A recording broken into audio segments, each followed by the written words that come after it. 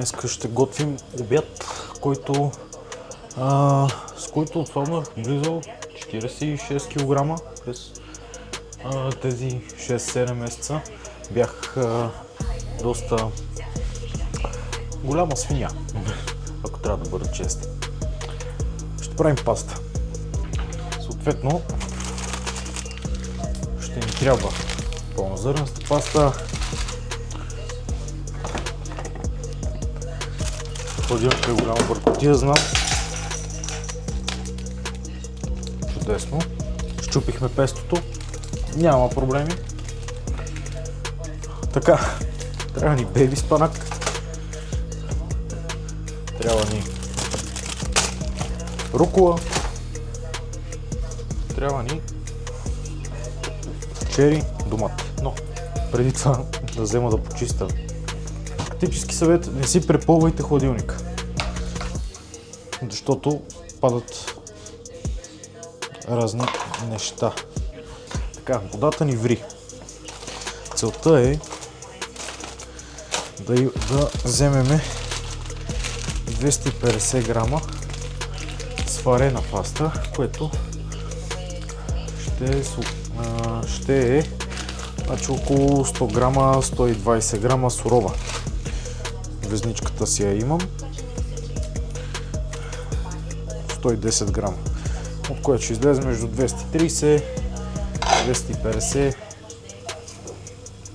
сварена паста. Пълнозърнеста, за фибри. Така, освен към рукола, спанак и чери домат, ще прибавим и 100 грама моцарела. Не е нужно да е лайт, не е нужно да е някаква специална моцарела, обикновена моцарела. В случая аз съм си взел от тези големите, за да мога сега. Ще хапваме, за да не мърсиме прекалено много пшени.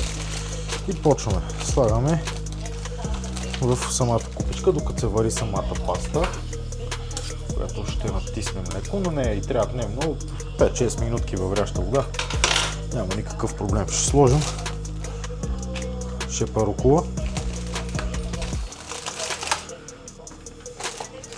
шепа бейби спанак. Седи в опаковката, но измит предварително. Така. Ще сложа така около 1, 2, 3, 4, 5, айде 6 чери домата, които ще резна на половина. Добавям, докато се вари пастата, най-бързо става, защото после само я добавяме, объркваме. Това нещо го слагам на везничката. Моцарелата трябва да ни излезе около 180 грама. Много яко. И си я нарязвам, не знам дали се вижда.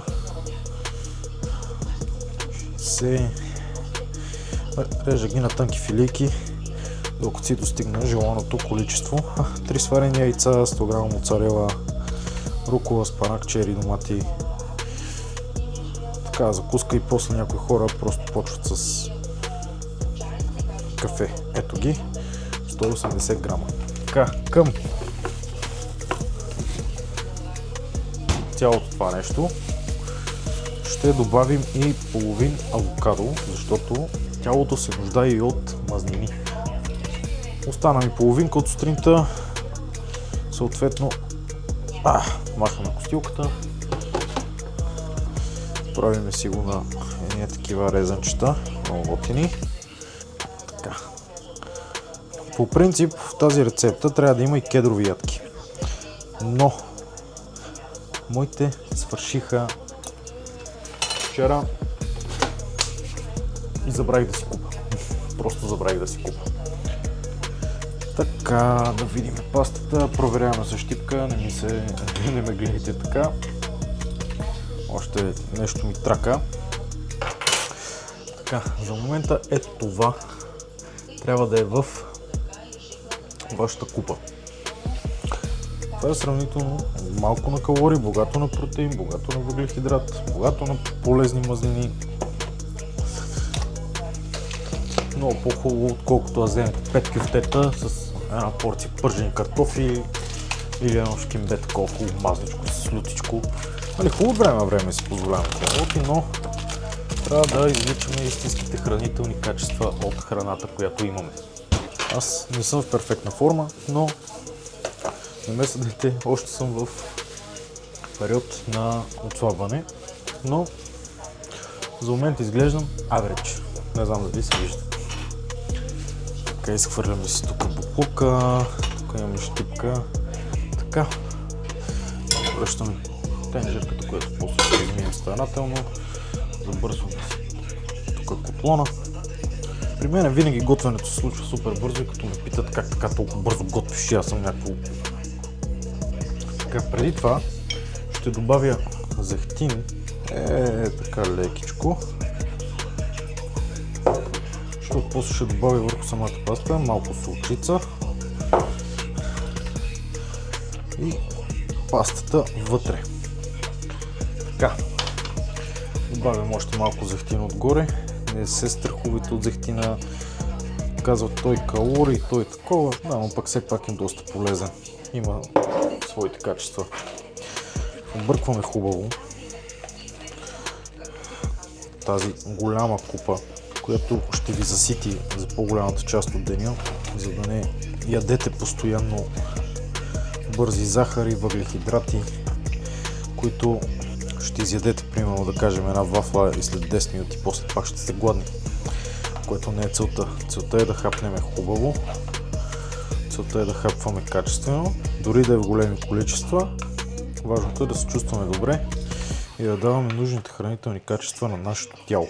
Нещата са объркани хубаво вече и ето това е нашият резултат. Вижте каква красота. Така че това беше една бърза рецепта. Ще се видим и друг път.